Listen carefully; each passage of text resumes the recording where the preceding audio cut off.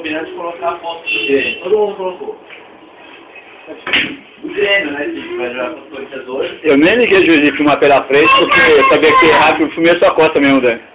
Nem filmei a jogada. Quem tá ganhando, tio? Preciso de ninguém. Que é demorado. Esse cair é uma caralho. Tá muito feio? Olha lá, olha lá. Mas tem que dar pra jogar. Depois você pega a mãe um pouquinho. Eu vou tocar de novo a mesa, eu sinto falta de uma mesa, sabia? Espero que eu chegue estressado lá.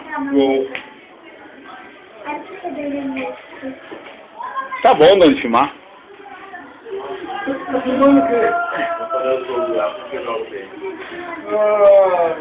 Ó o Nenê, eu vou filmar o Nenê agora. Peguei até o ângulo aqui legal pra mostrar, hein? Tá filmado. Tá caindo. Quem fez o gol? Nenê. Grêmio. Uhul!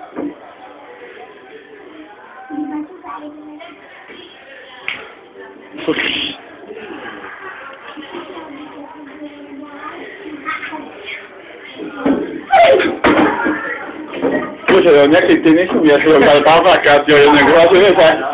Não, o pior que eu tava pra cá, nem... É? Vou ficar aqui que eu ando direto, vai. Que pegar pra Agora já paradinha na filha com a bola dele na boca. Puta! Tá escuro, Dani. Hã? Tá escuro. Acho que não, tá do sol.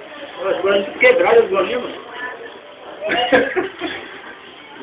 O cara é foda, hein? Ah!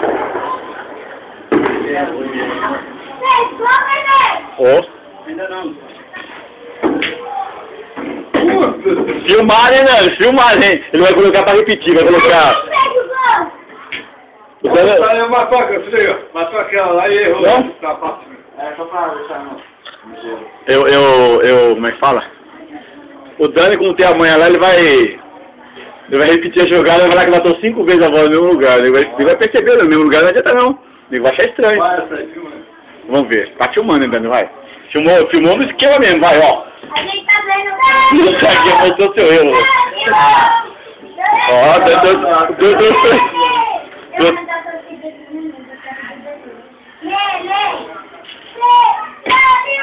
Ô, Dani, não é furada não, mas até dispensou. Falou pra Giovana, vai você que eu tô...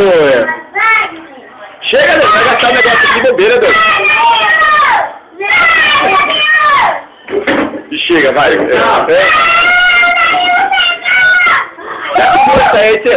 você matou o Amaral daqui, é só duplicar lá.